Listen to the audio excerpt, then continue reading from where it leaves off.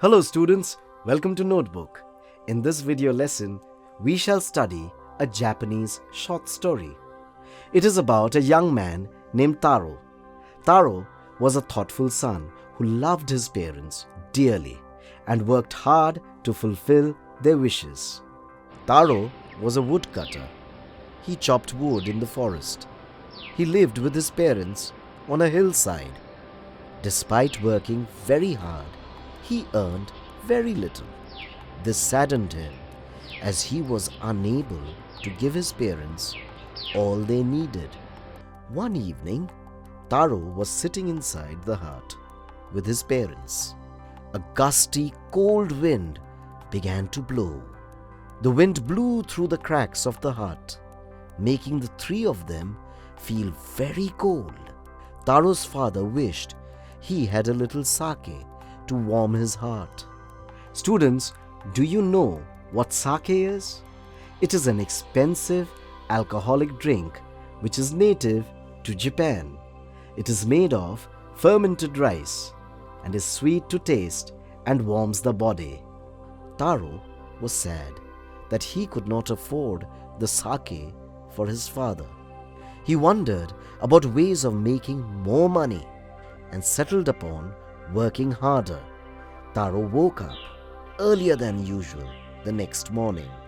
He chopped and cut as the sun shined brighter. He felt so hot he had to take off his jacket. He was parched and covered in sweat. He wished his father could be as warm as he. Taro continued to chop and cut, thinking of the extra money he could acquire. It would allow him to buy the sake required. It would keep his father warm. Suddenly, Taro heard the sound of rushing water. Taro didn't remember a rushing stream existed in that part of the forest. Being thirsty, he left his axe and ran towards the direction of the sound. Taro found an exquisite waterfall behind a rock. Taro cupped his hands and drank a little water from the waterfall. But to his surprise, he realized that it wasn't water. It was delicious sake instead of cool water. Taro drank repeatedly just to be sure. Taro filled the pitcher he had with him and ran back home. Taro's father was delighted with the sake. Taro's father felt warm only after a single draught. He even did a little jig on the floor. That evening, a neighbor visited Taro's family. Taro's father offered her some sake and told her about the waterfall Taro had discovered. The lady drank the sake greedily. She thanked him and left. By that night, she had told the entire village about the magical waterfall. That evening, many neighbors visited Taro's house. Every man was told the story of the waterfall, and every man took a sip of the sake. Soon the pitcher was completely empty. Taro woke up earlier than the day before and went to the waterfall. He had decided to collect sake in the largest vessel he could find. To his surprise, he found all the villagers gathered there. They were carrying buckets, pitchers, jars, and all sorts of vessels to store the sake. A villager knelt at the waterfall and tasted the liquid. He drank repeatedly and said that it was not anything but water. Others drank too and confirmed that indeed it was only water. The villagers felt tricked. The angry mob wanted to drown Taro in the waterfall. Taro was clever enough to hide behind a rock and avoid detection.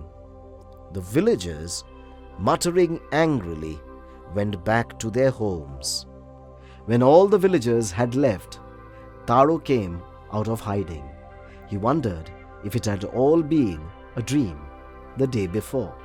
He decided to taste the liquid again. Taro knelt and tasted the water, and indeed, it was the same delicious sake he had tasted the day before. The magic waterfall gave the thoughtful son sake. However, for the greedy villagers, it produced water. Taro's story even reached the emperor's ears. The emperor sent for Taro and rewarded him with 20 pieces of gold for being such a kind and loving son. It is said the emperor even named the city's most lovely fountain after Taro. He always encouraged children to love, respect, and obey their parents. I am sure you too love your parents dearly. As children, it is our duty to take care of our parents when they grow old. Just as they fulfill our desires and grant our wishes as children, as adults, it is our duty to honor their love. With that, students, we come to the end of this video lesson. We hope this lesson enhances your understanding of this chapter. Here's Team Notebook bidding you a warm goodbye. See you soon in other videos.